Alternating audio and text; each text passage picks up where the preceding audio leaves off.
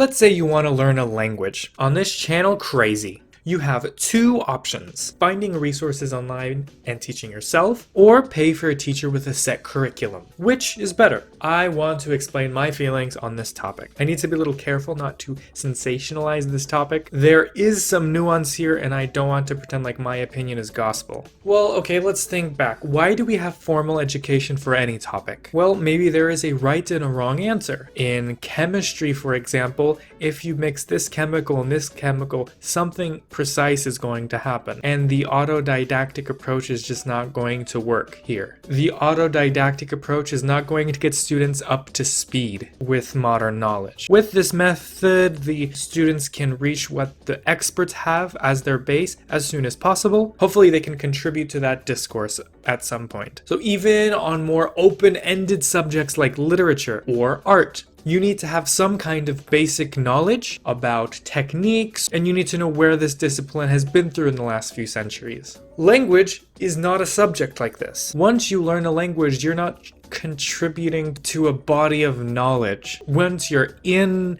the group of people that know what this is and you're up to speed on what they already do know, you can just use that language as much as you want, as little as you want, however you want. Of course, there's grammar, there's right things and wrong things. I don't know if there's correct or incorrect grammar, but that's a story for another day. We all encounter some grammar at C1 of some grammar point from A2 that we just never got around to learning or we forgot. That's normal. So therefore, language learning does not have a defined set of knowledge points that you need to be a master of this language. Compare that to a chemist who had a degree in chemistry but doesn't know how to balance chemical equations. Now that's a bad chemist. Because language is fundamentally different from what we learn in school, it would be better to optimize your time to reach that point of being conversational where you can encounter native level conversation and communications without relying on the limited resources of language educators. So this is the main reason why I think self-studying is far superior when learning a language. In language learning, we do not respect qualifications or formal education like we do with scientists. If an epidemiologist did not go to an accredited university, that person is crazy and illegitimate, and we should not be listening to them. If a language learner did not get a degree in that language, well, we don't care. That doesn't matter. I mean, in some contexts, that could be even more respectable that you self-studied a language, that you never needed someone's help. We gauge how good a speaker is by their skills, not by their certifications or qualifications. For me, Japanese was my minor at university with a big asterisk. So I took Japanese every single semester at university, and I was following the Japanese minor program at my university perfectly. The problem is there's kind of a bottleneck in my school's Japanese program, and you pretty much have to do this class before you do this class to do this class. It's very linear. You don't have a lot of choices. So because of that, you can't really finish this minor early. And I graduated one semester early. I finished all my other requirements early, so I graduated after 7 semesters. Problem was, I needed one more semester of Japanese to get that official Japanese minor. But I was not about to delay my graduation just for a piece of paper. I already gained the skills from that class. So if I said my minor was Japanese at university, people would believe me. I don't need a piece of paper. If you look at my Japanese level, does it matter that I was one semester away from getting the minor? No, I still put in all that effort, didn't I? Formal language education limits your speed of learning. You can't go ahead of the class, you can't fall behind the class. And this is just not accurate to how humans learn language. Sometimes you need extra help for a topic that may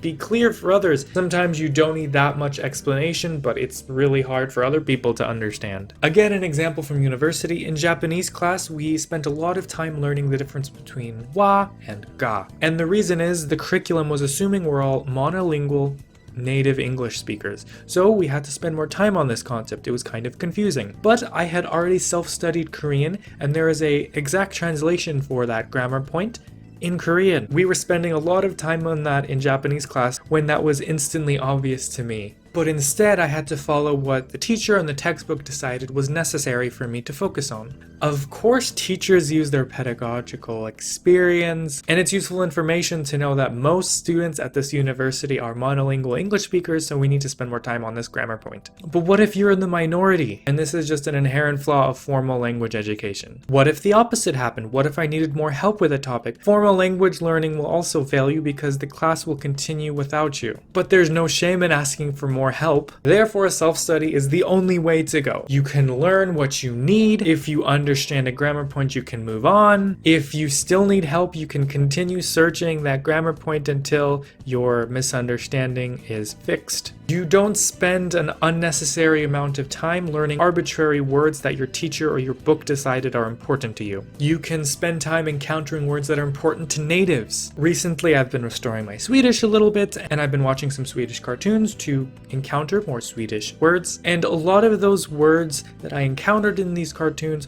are not words that I would see in lesson 2 or lesson 3 of my Swedish class, because they just don't fit the textbook format of dialogue and test. And that's even if this language course exists. Inherently, you are limited by what resources exist for that language. And if a language course doesn't exist, a language course just doesn't exist. That's not an option for you. But self-studying kind of takes off the training wheels and lets you explore a topic as much as you want. Your brain is the curriculum. Did you understand what the native said? No? Learn some more. The one advantage that I will grant to formal language education is that you have to stick to a schedule. When you have a test coming, that's a huge motivator to study these words, to figure out if you understand this grammar point. And lots of people can't bring themselves to study something unless they have a test, something pushing them to do it. And for plenty of people, that fact outweighs the other positives I'm talking about today. However, for me, this point does not hold water, because if you need to study a language over the threat of a failing grade, you're not enthusiastic about learning that language. And if you're not enthusiastic about learning that language, your learning will fail as soon as that class is over, and all classes end eventually. That person is definitely going to put this language down